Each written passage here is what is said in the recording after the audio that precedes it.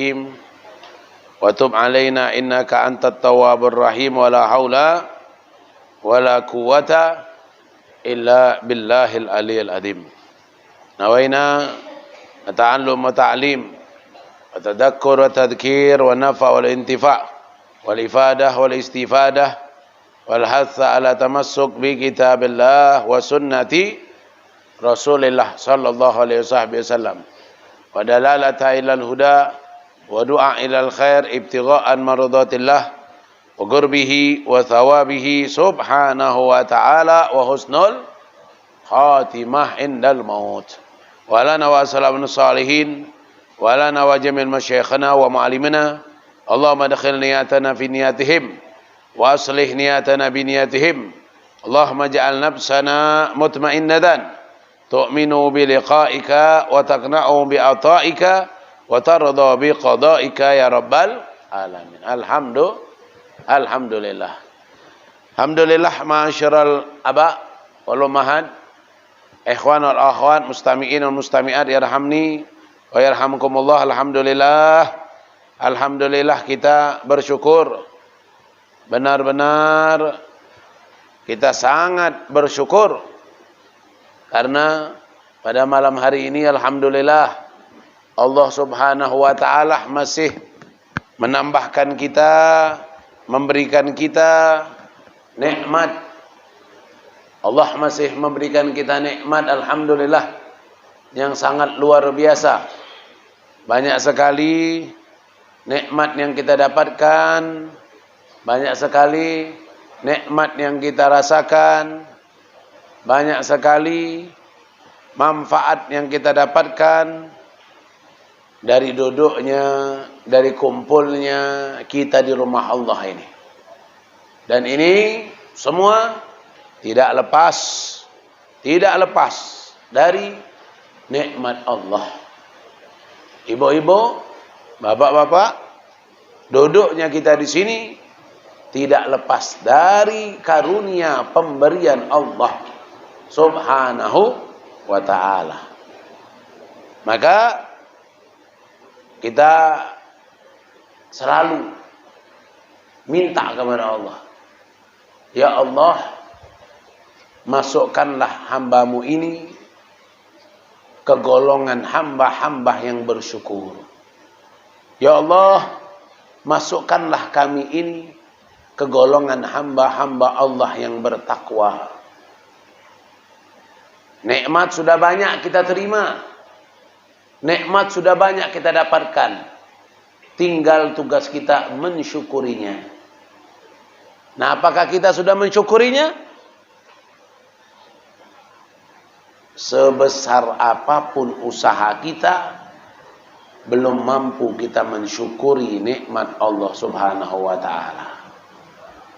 Allah perintahkan, ya ayyuhalladzina amanu ittaqullaha haqqa tuqatih wa la tamutunna illa wa antum muslimun.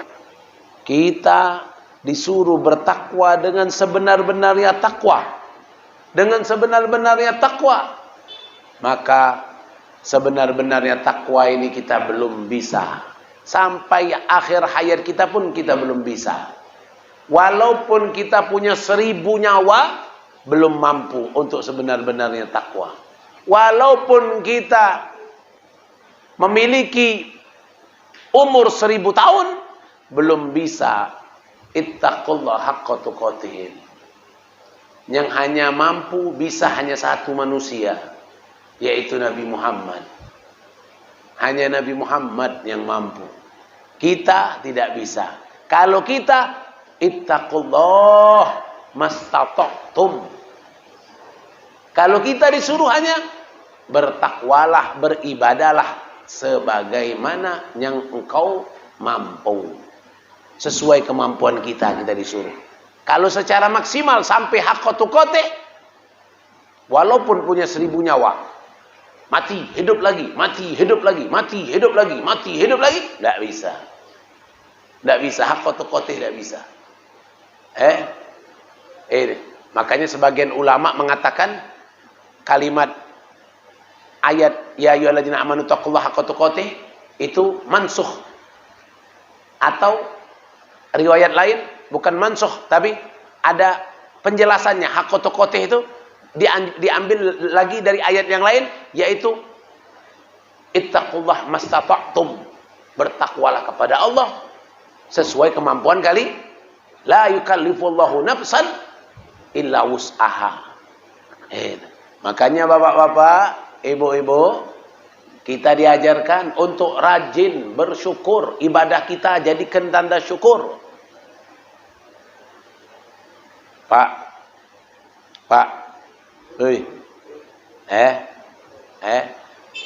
pasti bapak pernah dengar Uwais Al-Qarni. Uwais Al-Qarni itu menjadi mulia. Dia hidup di zaman Nabi tapi tidak berjumpa Nabi. Hidup di zaman Nabi tapi tidak berjumpa Nabi. Yang dia jumpai adalah sahabat. Umar bin Khattab, Ali bin Abi Thalib yang dia jumpai. Nabi tidak jumpa. Tidak bisa dia ke Madinah karena posisi dia sedang menjaga ibundanya. Dia tidak bisa meninggalkan ibundanya. Dia tidak bisa meninggalkan ibundanya untuk pergi Madinah menemui Nabi Muhammad, sedangkan ibundanya tidak bisa apa-apa kecuali dengan bantuannya. Makanya dia tidak bisa menemui Nabi Muhammad. Makanya kata Nabi Muhammad, ya Umar, ya Ali, kalau engkau ke Madinah, maka temuilah yang bernama Uwais Al-Qarni. Dia memiliki badan yang begini, dia ada tanda penyakit belang di lehernya, begini. Cirinya sudah ada, akhirnya ketemu. Nah, ini Uwais Al-Qarni sudah berbakti dengan ibunya sampai akhir hayat ibunya. Itu pernah bertanya kepada Sayyidina Umar, ya Umar, aku ini sudah berbakti dengan ibuku ini melebihi seperti orang biasa sudah. Apakah aku sudah membalas jasanya? Apakah aku sudah menjadi anak yang berbakti, sebenar-benarnya berbakti kepada orang tua? Kata Sayyidina Umar, jasamu, usahamu sampai detik ini belum bisa membalas satu napas ibundamu ketika ingin melahirkanmu. Satu napas belum bisa terbalas. Nah, itu ibu, bapak, itu jasa orang tua. Tidak bisa kita membalasnya. Walaupun kita sudah semaksimal mungkin berbakti, tidak bisa. Lebih-lebih lagi Allah. Lebih-lebih lagi Allah. Dari sejak kita masuk ke rahim ibunda kita, sampai kita keluar dari rahim, sampai kita masuk ke dalam tanah, tidak akan pernah mampu kita bisa menjadi orang yang haqqatu qatih. Tidak bisa. Kita hanya disuruh untuk maksimal mungkin, semaksimal mungkin bertakwa kepada Allah. Allah yang nanti akan menilai engkau sudah layak atau tidak. Makanya kalimat perintah puasa ujungnya apa? La'allakum tattaqun. Ujungnya la'allakum tattaqun. Bukan langsung dipastikan kalau kalian ya ayyuhalladzina amanu kutiba alaikumusiyam kama kutiba alal ladzina min qablikum. Tidak dipastikan langsung takut takillah, kalian sudah bertakwa, kalian sudah masuk ke golongan muttaqin kalau sudah puasa Ramadan. Tidak, tapi masih kalimat mudah-mudahan kalian termasuk orang yang bertakwa. Nah, itu. Jadi belum. Makanya ibu-ibu, bapak-bapak, tugas kita hanya banyak bersyukur dengan cara banyak mengucapkan hamdalah, meyakini kalau nikmat itu datangnya dari Allah, dan memaksimalkan anggota tubuh kita untuk menjalankan perintah Allah dan menjauhi larangan Allah. Amin ya rabbal alamin. Mudah-mudahan kita termasuk golongan orang yang bersyukur insyaallah. Mudah-mudahan Allah akan memasukkan kita ke golongan orang yang bertakwa. Dan mudah-mudahan Allah menerima semua amal ibadah kita. Dan mudah-mudahan kalau kita diwafatkan dalam keadaan husnul khatimah. Amin ya rabbal alamin. Kemudian salawat dan salam kita aturkan kepada junjungan agung Nabi kita Nabi besar Muhammad sallallahu alaihi wasallam, Nabiul Huda, Nabiul Rahmah, rahmatan lil alamin, wa huwa sayyidina Muhammad bin Abdullah bin Abdul Muttalib sallallahu alaihi wasallam. Tidak boleh putus kita baca salawat kepada Nabi Muhammad sampai akhir hayat. Lidah kita, lisan kita, bibir kita basahi dengan perbanyak salawat kepada Nabi Muhammad. Allahumma salli wa sallim ala sayyidina Muhammad wa ala ali sayyidina Muhammad. Allahumma salli ala sayyidina Muhammad wa ala alihi wa sahbihi wa sallim. Sallallahu ala Muhammad sallallahu alaihi wasallam. Ya. Nah, ini kita lanjut kembali Bapak. Rutin kita 2 bulan sekali pengajian kita. Walaupun mungkin baru perdana ini semasa corona nih. Semasa corona ini kita libur dari sejak Rejab, Sya'ban, Sya'ban, Ramadan, kemudian Syawal, kemudian Zulqaidah, Zulhijjah, dan sekarang baru masuk lagi Muharram. 6 bulan. 6 bulan berarti 3 kali. 3 kali kita tidak bertemu. Ini. Dan sekarang kita mulai lagi, insyaallah, mudah-mudahan istiqamah. Dan mudah-mudahan corona cepat diangkat dari negeri kita ini. Mudah-mudahan penyakit corona ini akan diangkat, akan dihilangkan, akan dihapus, dan insyaallah datang fa inna ma'al usri yusra, inna ma'al usri yusra. Insyaallah dengan adanya satu kesulitan, dengan adanya satu musibah, kalau kita jalani dengan sabar, menerima qada dan qadar, maka Allah akan berikan 2 kemudahan. Allah akan berikan 2 kesembuhan. Allah akan berikan 2 nikmat. Satu kesusahan dapat 2 nikmat. Satu musibah dapat 2 kesenangan. Itu insya Allah. Asal sabar dan menerima qada dan qadarnya Allah. Tidak usah kita ributkan, tidak usah kita permasalahi, tidak usah kita menjadikan bahan ocehan atau bahan permasalahan. Terus menerus sambung menyambung. Sudah qada dan qadar, sudah takdir Allah, sudah mau gimana lagi, sudah. Kita semua menerima atas apa yang sudah ditentukan oleh Allah. Hasil perbuatan kita, hasil perbuatan pemerintah, hasil perbuatan siapapun, itu tentunya tidak lepas dari takdir Allah subhanahu wa ta'ala. Baik sejadah sudah dibentang atau belum dibentang, itu semua sudah takdir Allah.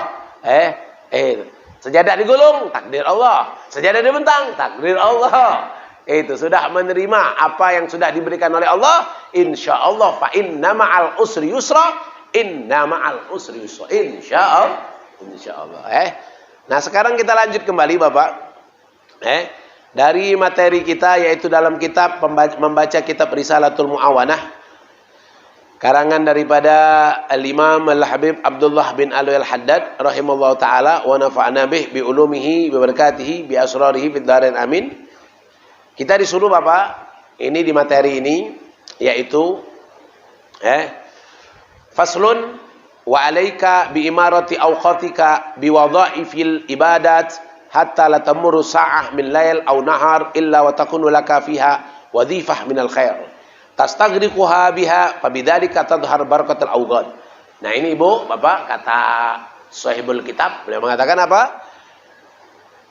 Wajib harus apa? Kita mengatur waktu kita, menyusun waktu kita. Kita harus pandai mengatur waktu. Kita harus pandai menyusun waktu. Pandai-pandailah mengatur waktumu untuk semua pekerjaanmu. Baik itu ibadat atau adat. Ibadat atau adat. Ibadat yaitu ibadah, adat yaitu kebiasaan. Diatur. Diatur waktu tersebut, jangan sampai waktu lewat siang malam pagi, siang malam pagi, siang malam pagi, siang malam pagi, lewat waktu tapi tidak ada tampak hasil ataupun manfaat. Tidak ada kelihatan. Apa sih yang sudah kau baca dari Al-Quran? Tidak ada. Apa sih yang kau sudah baca dari bentuk zikir? Tidak ada. Apa sih yang kau hasilkan dari nafkah? Tidak ada. Apa sih yang kau hasilkan dari mendidik anakmu? Tidak ada. Apa sih yang kau dapatkan dari sholat dengan berjamaah? Tidak ada. Kok bisa? Salah satu sebabnya ketidakadaan hasil ini apa? Tidak pandai mengatur waktu. Tidak pandai menyusun tugas. Ini. Makanya bapak khususnya yang sudah umur, anak kira, Habib kira, bapak banyak waktu kosongnya. Mencari nafkah tidak lagi. Ya, kerja di Sambu tidak lagi. Ke laut juga tidak lagi. Ya. Banyak di rumah, maka la tamurru awqad. Jangan berlalu, jangan lewat waktu abas, sia-sia. Jangan. Atur waktu, Pak. Kalau Bapak satu hari bisa mengatur waktu, maka esok harinya teruskan. 2 hari bisa, teruskan.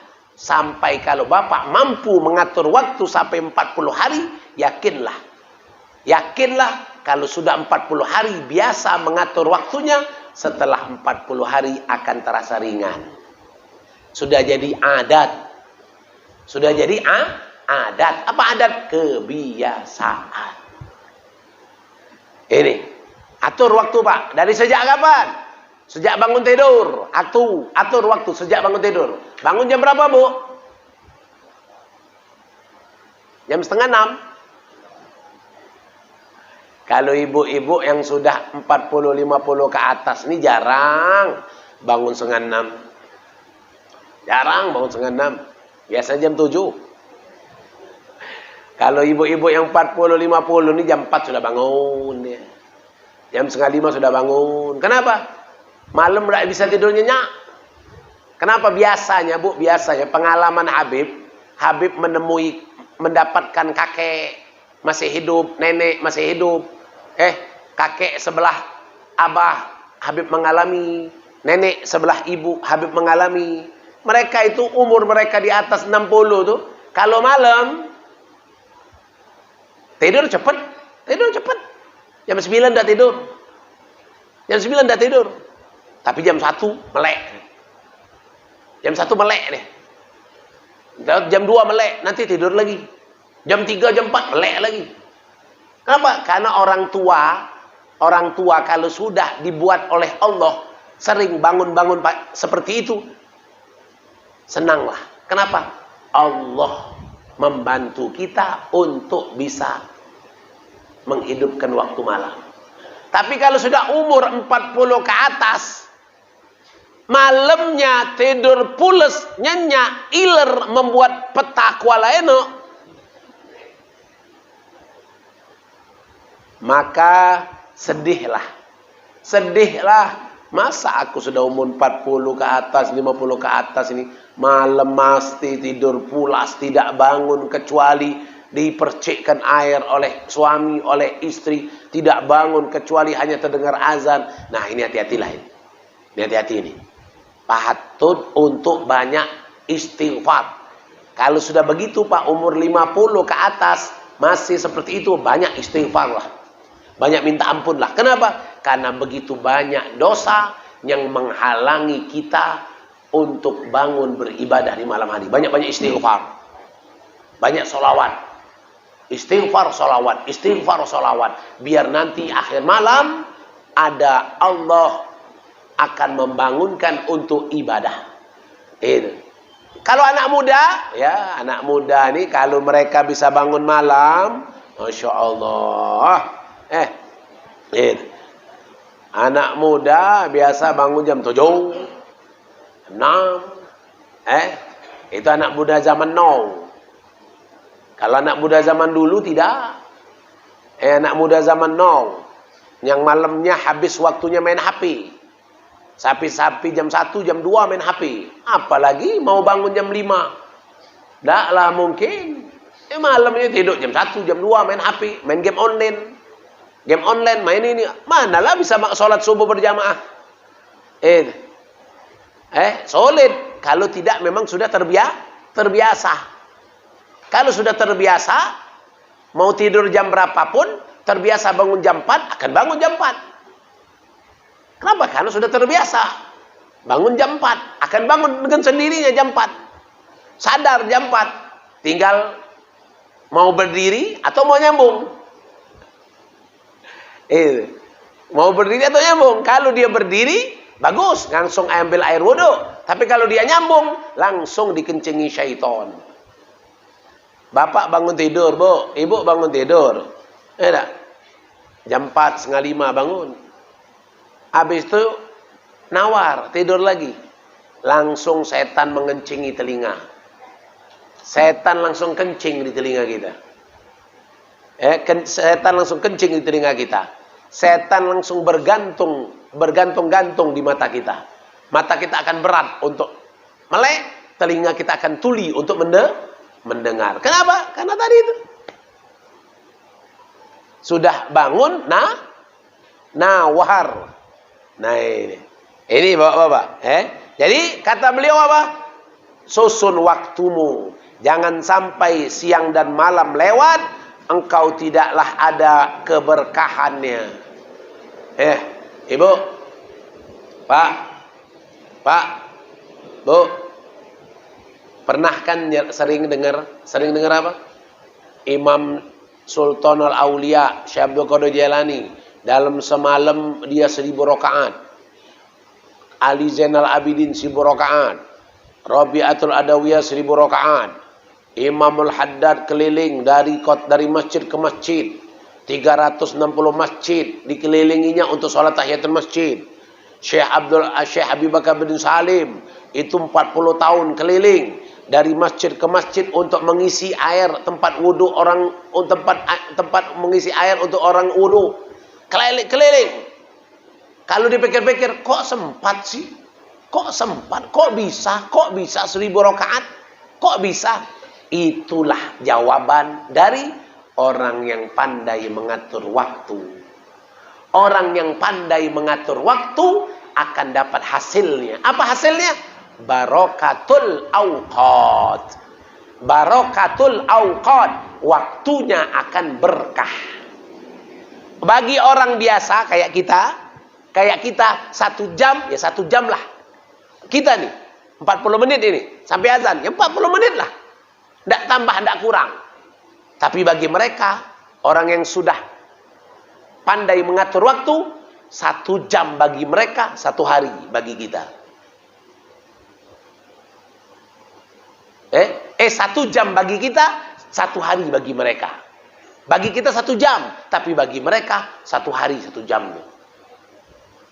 Mereka bisa memanfaatkan ini, saking berkahnya waktu. Kita cuma 1 jam, tapi bagi mereka 1 jam itu bagaikan 1 hari panjang.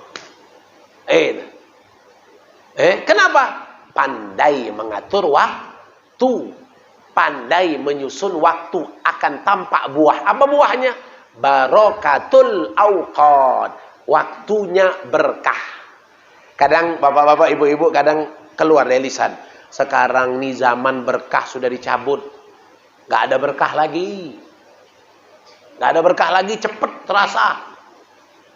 Cepet bener terasa. Sehari 2 hari, Jumat, kemudian Jumat lagi. Jumat, kemudian Jumat lagi. Cepet bener. Cepet bener. Terasa waktu cepet bener. Kenapa begitu? Kenapa begitu? Karena kita yang tidak pandai mengatur waktu. Karena kita yang tidak pandai mengatur ibadah. Akhirnya waktu yang berjalan terasa cepat. Kenapa? Karena banyak kosongnya. Banyak waktu kosong tidak bermanfaat. Banyak waktu terbuang cuma-cuma. Habis di depan TV, habis dipegang HP, habis di warung kopi, habis kelakar Tidak ada manfaat. Kalau kata orang Palembang, bicara tidak manfaat itu kelakar betok. Tahu betok? Betok tuh ikan yang hidupnya tahan lama tuh. Tahan di lumpur pun dia hidup. Dia kayak ikan sepat, tapi lain, tebal dikit. Sisiknya tajam. Dia punya tajam ininya. Ikan betok. Ikan apa tuh nama? Puyuh. Ikan puyuh di sini ya. Ikan puyuh. Ikan puyuh itu kalau dia keluar dari air, tilapannya, kata kita, wah besar ikan ini. Besar ikan ini. Pas dipancing kecil. Tapi kalau dia kasih ini ya, loncat apa-apa, menggoyangkan air itu kayak ikan besar. Pas dipancing kecil. Nah, itulah ikan betok. Kelakar betok. Apa? Kelakar betok. Besar suaranya, enggak taunya kecil. Kelakar tong kosong nyaring bunyinya. Tidak ada manfaatnya. Nah, makanya ibu-ibu, bapak-bapak, kenapa waktu terasa cepat berjalan? Sebenarnya waktu dari zaman Nabi Adam sampai zaman sekarang tidak berubah. Tetap 24 jam. Tidak berubah. Zaman Nabi Adam 24 jam. Zaman Nabi Syis 24 jam. Zaman Nabi Idris 24 jam. Zaman Nabi Nuh 24 jam. Zaman Nabi Musa, zaman Nabi Ibrahim, zaman Nabi Yusuf, Yunus, Isa, Musa, zaman Nabi Muhammad, zaman kita sekarang tetap 1 hari 1 malam 24 jam. Tidak bertambah, tidak berkurang. Jadi yang mana? Kok terasa cepat? Terasa cepat tuh salah pada pengaturan waktu dari kitanya yang salah. Kita ini yang salah dalam mengatur waktu. Banyak terbuang cuma-cuma. Itu satu. Salahnya lagi apa di kita? Salah laginya di kita, tidak bisa mengatur waktu. Yang kedua apa? Kita ini orangnya mau cepat hasil. Cepat hasil. Kalau beramal cepat dapat hasil. Mau cepat, semuanya mau instan. Mau apa? Nggak mau repot.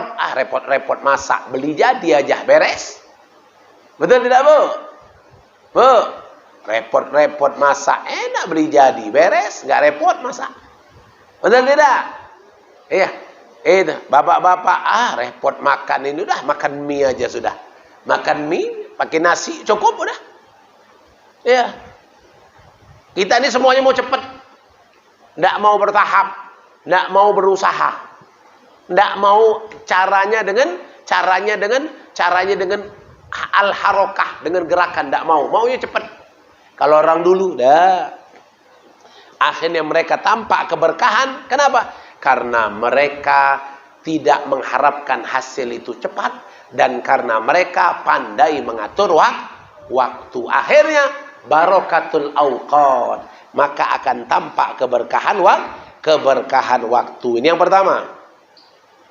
Pandai mengatur waktu akan menghasilkan berkahnya waktu. Yang kedua, pandai mengatur waktu, tahsulul faedah umur. Umurmu akan terasa bermanfaat. Alhamdulillah ya Allah. Alhamdulillah. Bulan kemarin aku atur bener dalam sebulan, bulan Ramadan kemarin. Aku atur bener. Bulan Ramadan itu setiap hari aku baca 1 lembar. 1 lembar. Setiap hari 1 lembar. Alhamdulillah aku dapatkan itu sampai 3 juz. Alhamdulillah. 1 hari 1 lembar. Terasa ada manfaatnya. Alhamdulillah. Ini bulan ini aku harus teruskan lagi. 1 hari 1 lembar lagi. 1 lembar. Dapat 3 juz lagi. Alhamdulillah. Terasa. Umur itu ada manfaat. Kenapa? Karena diatur. Diatur, disusun. Ibu, Pak, Habib dulu waktu di Hadramut, sekolah waktu di Hadramut, disuruh oleh guru kita. Guru yang mengajarkan kita Al-Quran. Mengajarkan kita ilmu Al-Quran, yang menerima setoran Al-Quran kita. Dia mengajarkan apa? Kalian kalau mau cepat hafal Quran, atur waktu kalian. Jam berapa belajar, jam berapa ngapal, jam berapa murojaah, atur. Jangan ser-seran, atau jangan kapan maunya ngapal, kapan maunya murojaah, jangan begitu. Atur kapan waktunya ngapal, atur waktu ngapal bagusnya kapan. Kata guru, ngapal itu bagusnya sebelum subuh, habis subuh, sebelum subuh, habis subuh, kemudian ba'dal asar, ba'dal asar, sama ba'dal maghrib, itu bagus untuk ngapal. Nah, buat jam begitu untuk ngapal. Murojaah kapan? Untuk waktu murojaah, mengulangi hafalan. Atur lagi kapan murojaah. Nah, itu resep untuk cepat hafalan tadi bertambah, dan hafalan yang sudah dihafalkan tambah kuat. Tapi kalau kapan maunya ngapal, kapan maunya murojaah, ya sudahlah itu. Nggak akan tampak keberkahan waktunya. Hafalnya tambah enggak? Tambah hafalnya, tapi berkahnya tidak akan kelihatan. Nah, begitulah ibu-ibu, bapak-bapak, Bu. Ibu tentukan kapan waktu bangun tidur. Tentukan waktu bangun tidur jam berapa. Usahakan jam sekian wajib bangun. Habis sholat subuh berjamaah di masjid, apa yang dikerjakan? Tentu kerjakan yang bermanfaat. Apa? Waktu antara maghrib, antara azan subuh, antara subuh sampai matahari terbit, itu waktu mustajab. Waktu doa kabul. Waktu sunnahnya zikir pagi, zikir awal nahar. Itu sunnah. Nah, maka hidupkan dengan ibadah zikir sampai matahari terbit. Sudah matahari terbit, sholat sunnah. Sholat sunnah apa? Sholat sunnah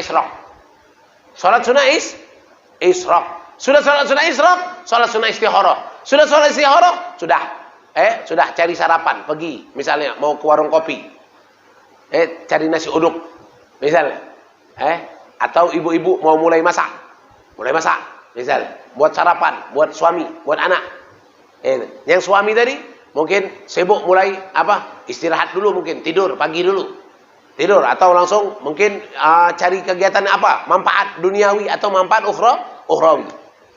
Jam setengah 10 pagi duha, sholat duha. Habis itu sholat duha selesai. Apa kegiatan duniawinya? Cari nafkahnya, dagangnya, kerjanya. Terus jam 12 sholat zuhur. Sebelum zuhur qobliyah zuhur. Habis itu sholat zuhur. Habis sholat zuhur ba'diyah zuhur. Habis itu cari nafkah lagi, sibuk duniawi lagi. Atau lagi asar, sholat asar. Habis sholat asar, apa sih kesibukan? Masih kesibukan dunia belum selesai. Teruskan kesibukan dunia yang belum selesai. Habis itu sebelum maghrib sudah di masjid. Duduk di masjid sampai azan. Sudah punya wudhu sampai azan. Azan, sholat, maghrib, antara maghrib dan isya.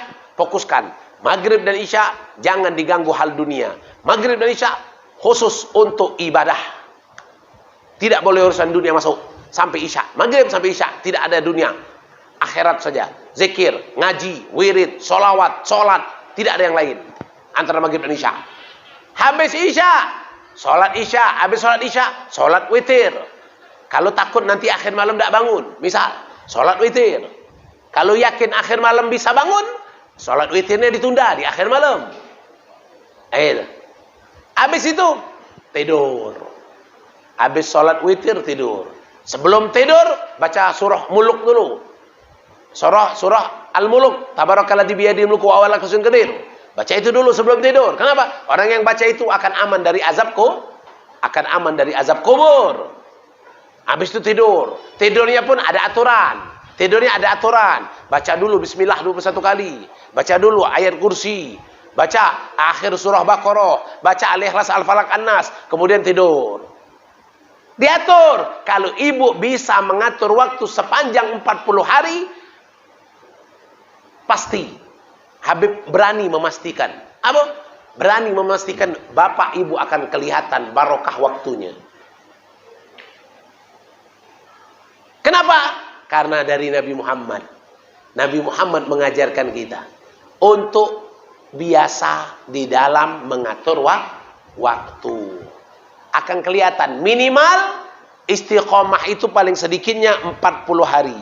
Paling sedikit istiqomah itu 40 hari. Kalau sudah istiqomah 40 hari, akan tampak keberhasilan, akan tampak hasilnya. Tapi kalau baru seminggu, mana ini dah, kata Habib ini tidak ada kelihatan apa-apa. Sudahlah, nggak ada. Mau instan, mau cepet, jangan mau instan, sabar. Ya, beribadahlah karena Allah. Mengatur waktu itu biar mendapatkan keberkahan yang besar datangnya dari Allah. Itu bukan kita yang mampu untuk sholat, kecuali Allah yang memberikan kemampuan. Bukan kita yang mampu untuk mengatur waktu, tapi Allah yang memberikan kita kemampuan untuk bisa mengatur waktu. Kalau kita la haula wala quwata illa billah. Mana bisa kita dapat cepat? Dekat aja belum? Pak.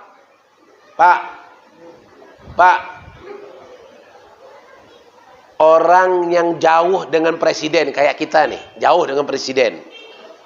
Sama orang yang dekat dengan presiden. Tuh, anak-anak muda milenial itu.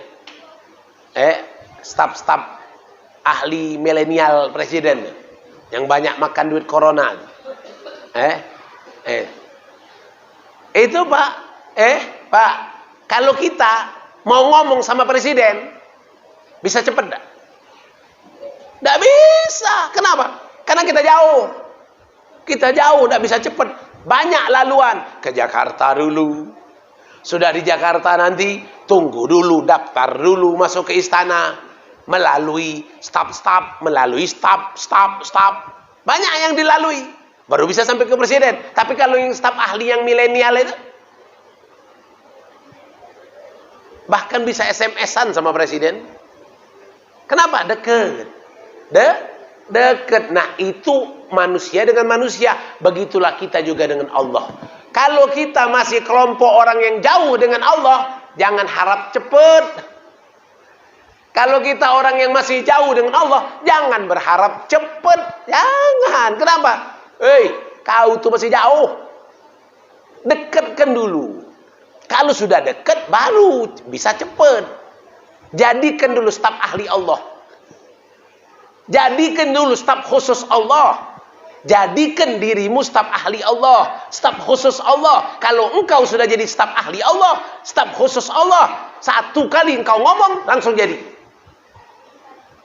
Tapi kalau kau masih manusia biasa, boro-boro staf ahli, nggak ada jabatan. Nggak ada jabatan di sisi Allah. Nggak ada kedudukan di sisi Allah. Mau cepet, mimpi. Jadi jadikan kita dulu untuk menjadi orang yang dekat dengan Allah. Pak, Bu, kalau dekat dengan Pak Camat, berurusan gampang. Kalau nggak dekat dengan Pak Camat, berurusan ya lumayan. Ada langkah-langkah yang harus dilewati. Tapi kalau dekat dengan Pak Camat, cukup SMS. Pak Camat, saya butuh surat domisili. Nih, KTP saya, kirim lewat SMS.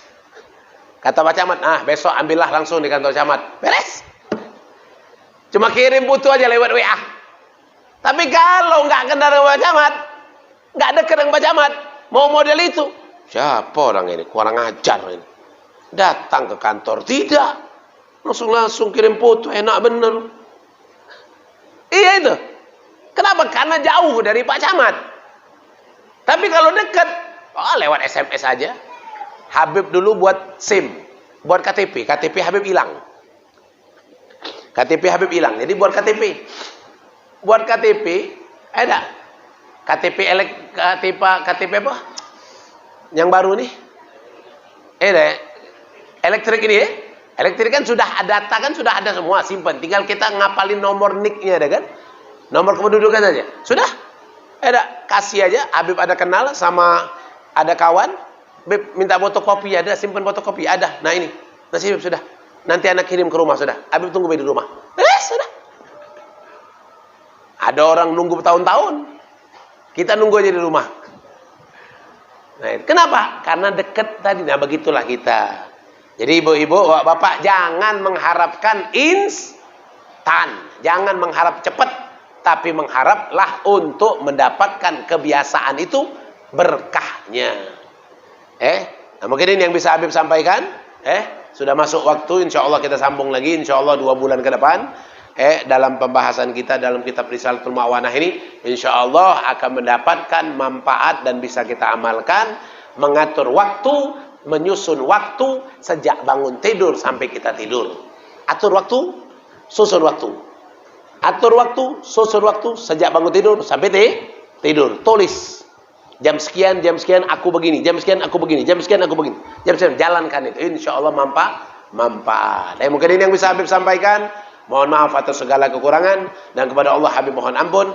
Bismillahirrahmanirrahim. Alhamdulillahirabbil alamin. Allahumma shalli wa sallim ala sayyidina Muhammad wa ala sayyidina Muhammad. Allahumma nas'aluka al-futuh wal munuh wa rusuh tabatun nasuh. Sallallahu ala sayyidina Muhammadin nabiyil ummi wa ala alihi wasallam. Alhamdulillah wal afu minkum. Assalamualaikum warahmatullahi taala wabarakatuh.